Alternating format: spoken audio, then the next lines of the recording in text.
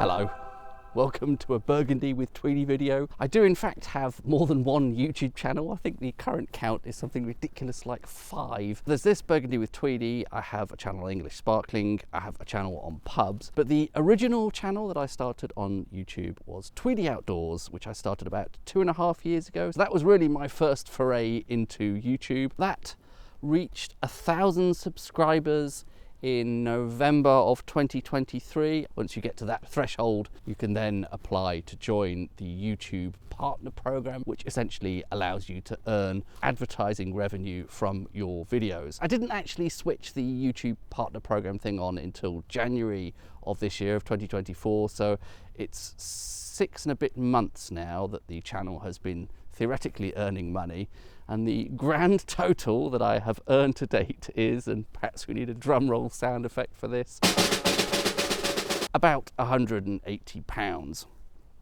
Now, I think in that space of time, I have made at least 20 videos, published more than 20 videos, I think, on that channel. It's not quite once a week, but it's somewhere in that sort of ballpark. Anyone who's dabbled in video editing will know it's a very time-consuming process. In terms of the number of hours of work that have gone to earn that, not exactly a great return on the investment.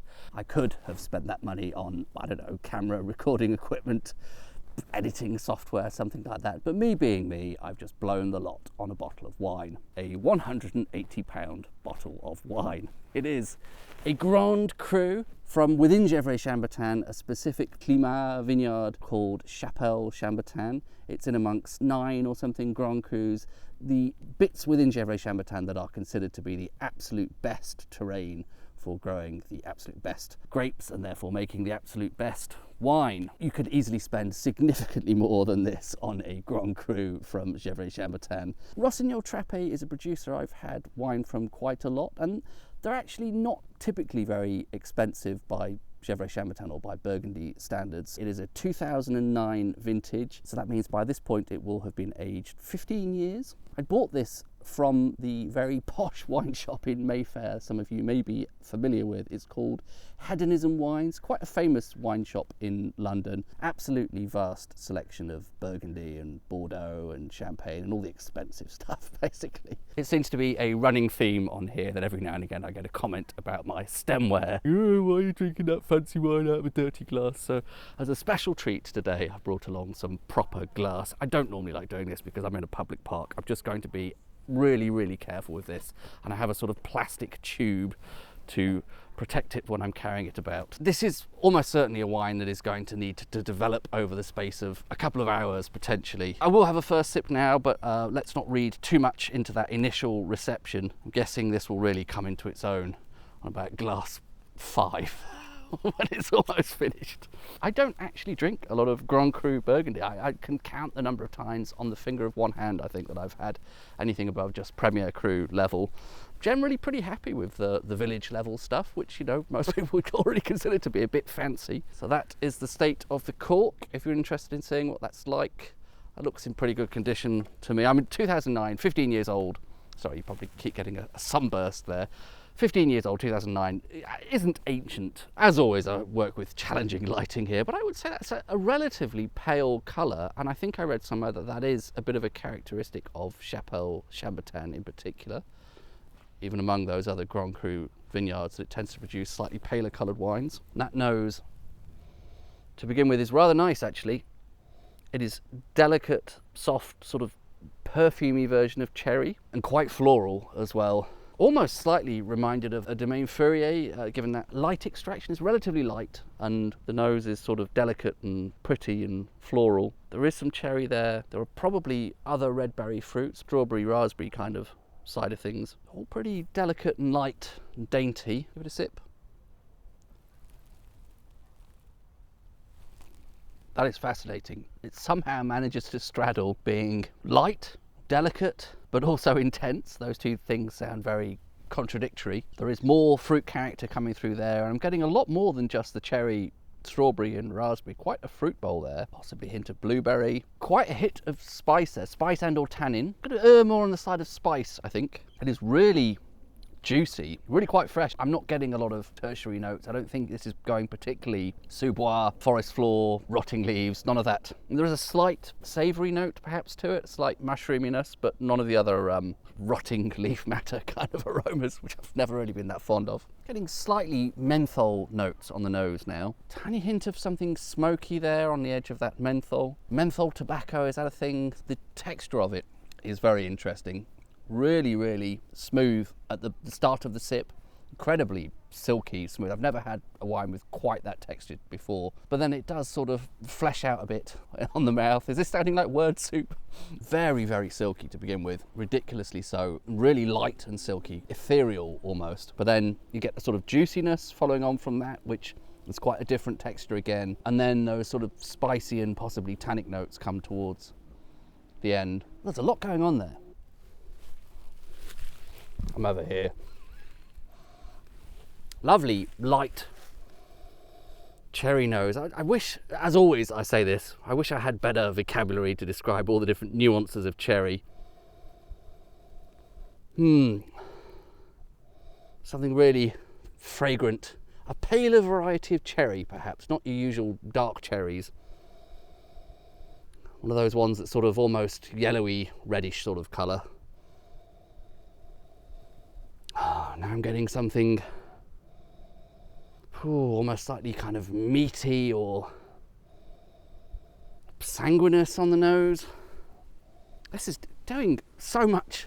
Like every nose and every sip is something very dramatically different. Cherry liqueur, and yet still the cherry character is very light, almost ethereal, and on the palate a bit of sweetness is starting to emerge. So that juicy character in the, can we call that the mid palate? Really sort of fleshing out now, juicier, bigger, fuller. This is fascinating. I'm still only on glass one, and it is changing with every single sip and every single time I poke my nose in the glass. Really interesting. Worth noting as a reminder that Rossignol Trapet are a, not just organic, I think possibly biodynamic producer. You can probably see the Demeter, is it Demeter logo on there. So that goes above and beyond the usual organic principles, and that actually can help to contribute some of these weird and wonderful aromas I'm getting around the edges. So that's almost a sort of dairy note to it now. A while back I was thinking something kind of meaty or sanguineous, but that character has possibly morphed into something a bit like clotted cream. There's so much going on here. It's so yeah, now it's almost like I'm having scones with cherry jam and clotted cream. It's bordering on being overwhelming, if I'm honest. Especially, you know, if I have to record tasting notes for a wine, I like it when it's really easy to pin down and really simple and straightforward, and then, you know, months later if I see that bottle again, I can remember, oh, it's, you know, these three words really capture the essence of this wine. But this is just fascinatingly all over the place. Really hard to give one central theme to this. This is going to be a long video. Sorry. So much going on here. Let me reel off some of the ridiculous tasting notes that have flashed through my mind. Maybe I'm just having a stroke. Vimto. Bakewell tarts, cherry drops or something that come in a long thin packet.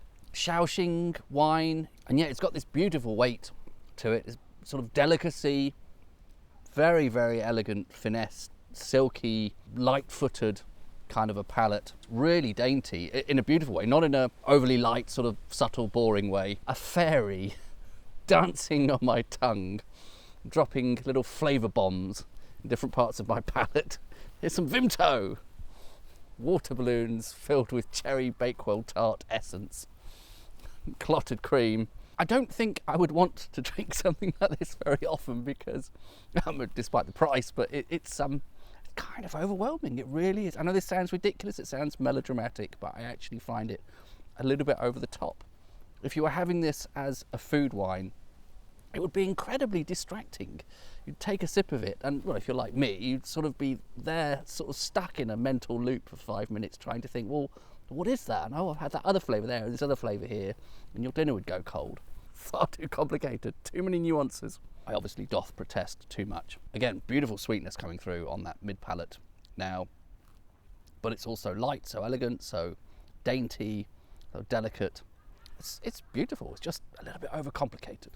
Still changing constantly. It's so mercurial, fascinating. The cherry is really condensed now. I feel like I ought to provide some sort of summary at this stage, otherwise the video is just going to end with me saying something about Vimto or whatever it was. It's calming down slightly, and I'm almost relieved. I think earlier on it was just overwhelming. There was so much going on there, and it does seem to be honing in on this really intense but somehow still light, concentrated cherry profile character. It's delightful like that. I really like it like that. A lot of those other secondary, tertiary aromas have sort of come and gone in a fascinating way, so it's been interesting to watch that sort of journey. There's still a little bit of menthol, but it's predominantly cherry on the nose.